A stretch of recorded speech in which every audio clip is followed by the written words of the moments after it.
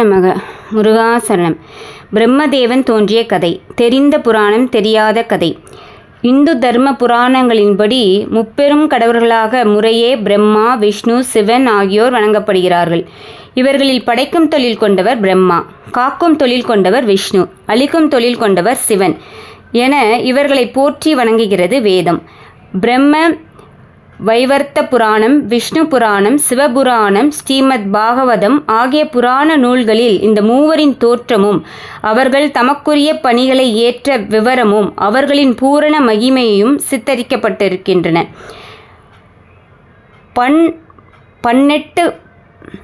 பன்னெடுங்காலமாக பிரம்மாவை ஆலயங்களில் வழிபடக்கூடாது என்ற சம்பிரதாயம் நடைமுறையில் இருந்து வருகிறது. புண்ணிய பாரதத்தில் 1-2 கோயில்களை தவிர பிரம்மாவுக்கு வேறு ஆலயங்கள் கிடையாது. சிவனுக்கு தனி வழிபாடு செய்பவர்கள் சைவர்கள் எனப்படுகின்றனர். விஷ்ணுவுக்கு தனி வழிபாடு செய்பவர்கள் வைணவர்கள் எனப்படுகின்றனர். பிரம்மனுக்கு மட்டும் தனியாக வழிபடும் சம்பிரதாயமோ பிரிவோ இல்லை. பல ஆலயங்களில் விஷ்ணுவும் சிவனும் சேர்ந்து ஹரிஹர ஸ்வரூபமாக பூஜிக்கப்படுகின்றனர். ஹரியும் ஹரனும் ஒன்று என்ற வாசகம் உண்டு.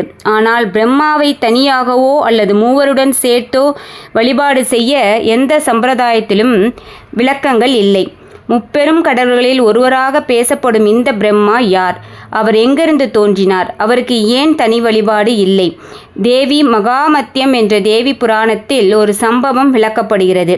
ஒரு யுகத்தில் பிரளயம் தோன்றி அனைத்து உலகங்களையும் நீரில் ஆழ்த்தியது.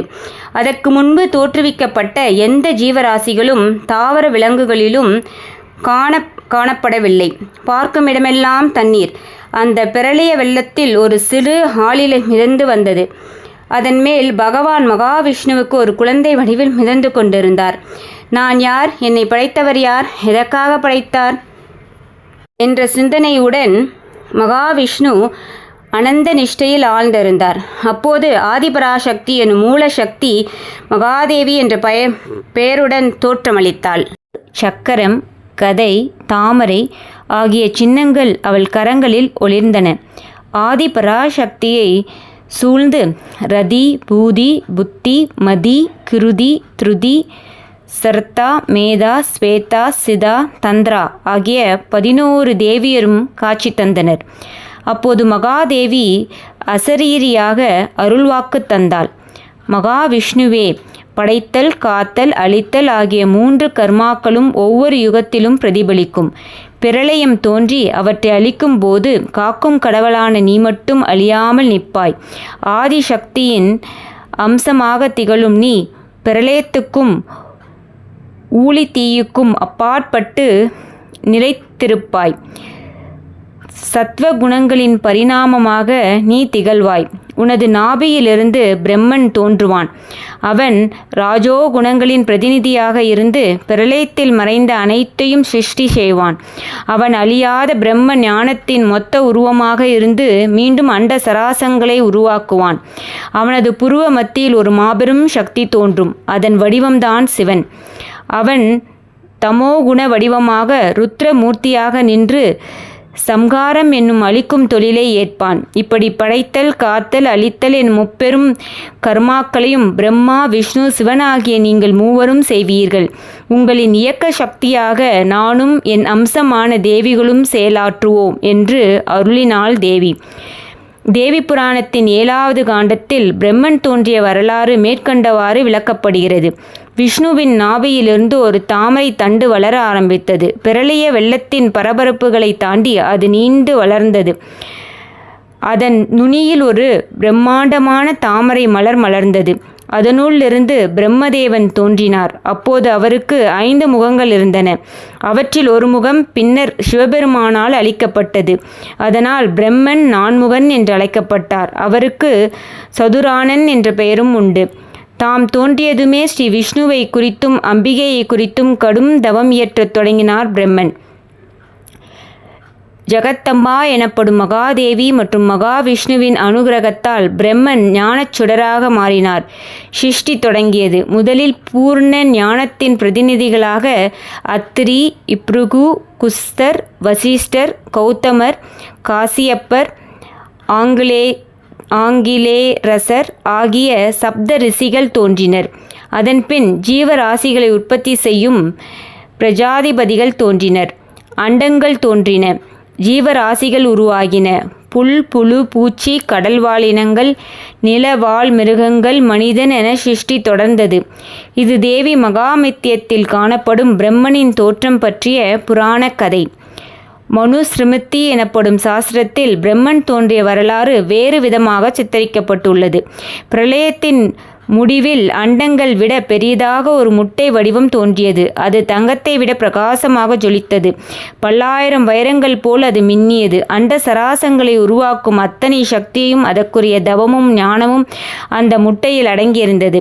பிரளய வெள்ளத்தில் விழுந்த முட்டை வெடித்தது. அதிலிருந்து 5 முகத்துடன் ஜெகஸ்தோபியாக ஒரு தேவன் தோன்றினார். அவர்தான் பிரம்மதேவன். அவரிடமிருந்து சிருஷ்டி தொடங்கியது. பிரம்மாண்டமான அந்த முட்டை உடையும் போது ஒரு சத்தம் உருவானது. அதுவே ஓம் எனும் பிரணவம். அந்த ஓம்கார நாதத்திலிருந்து 3 சப்த அலைகள் வெளிப்பட்டன. அவை பூர்வ, புவ, ஸ்வக என்பன. இந்த நாதத்திலிருந்தே பூலோகம், புவர்லோகம், ஸ்வர்கலோகம் ஆகிய 3 உலகங்களும் தோன்றின. மனுஸ்மிருதியிலும் வாமன புராணத்திலும் பிரம்மனின் தோற்றம் பற்றி மேற்கண்ட விவரங்கள் தரப்பட்டுள்ளன. இந்த எல்லா புராணங்களிலிருந்தும் ஓர் உண்மை புலனாகிறது. பிரம்மதேவன் ஒரு சுயம்பு, அதாவது தானாக தோன்றிய தெய்வம் என்பதே அந்த உண்மை. அவர் அண்ட சராசரங்களில் உள்ள அத்தனை ஆற்றல், அறிவு, ஞானம் ஆகியவற்றின் மொத்த உருவம். அவர் மூலம் 1 10 10 100 100 1000 அது லட்சமாகி கோடியாகும் பிரம்ம சிருஷ்டி ஒவ்வொரு வினாடியும் நிகழ்ந்து கொண்டே இருக்கிறது. இந்த ஞானத்தையும் ஆற்றலையும் ஒரு கருவறைக்குள் அடைத்து வைக்க முடியுமா? அப்போது சிருஷ்டி நிகழ்வது தடைப்படாதா? அதனால்தான் பிரம்மனுக்கு ஆலய வழிபாடு இல்லை என பல்வேறு ஞானிகள் பல்வேறு காலகட்டங்களில் விளக்கியுள்ளனர். ஞானம் என்பதற்கு வடிவமோ வர்ணமோ வாசனையோ கிடையாது. அதுக்கு பரிமாணங்களும் இல்லை. அதனால் அதனை ஓர் ஆலய உருவத்தில் அடக்க முடியாது. ஆகவே பிரம்மன் உருவ வழிபாட்டுக்கு அப்பாற்பட்டவன் என்பது தெரிகிறது. ஒவ்வொரு மனிதனும் ஞானத்தை தேடும்போது அவனுள் அடங்கும் சக்தியை பிரம்ம ஞானம் என்கிறோம். பிரம்மனுக்குரிய ஆலயம் ஞானிகளின் உள்ளம்தான். அழியாத சத்தியமும் பெறலாத தர்மமுமே பிரம்ம ஞானம் என்று கூறியுள்ளனர் சித்தர்கள். ஒருமுறை சிவபெருமானின் திருமுடியை கண்டறிய பிரம்மாவும் விஷ்ணுவும் முயன்றனர்.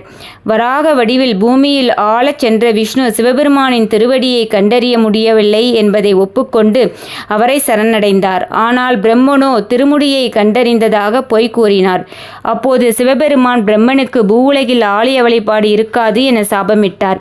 இப்படி ஒரு கதை அருணாச்சலேஸ்வர புராணத்தில் சிவபுராணத்திலும் குறிப்பிடப்பட்டுள்ளது.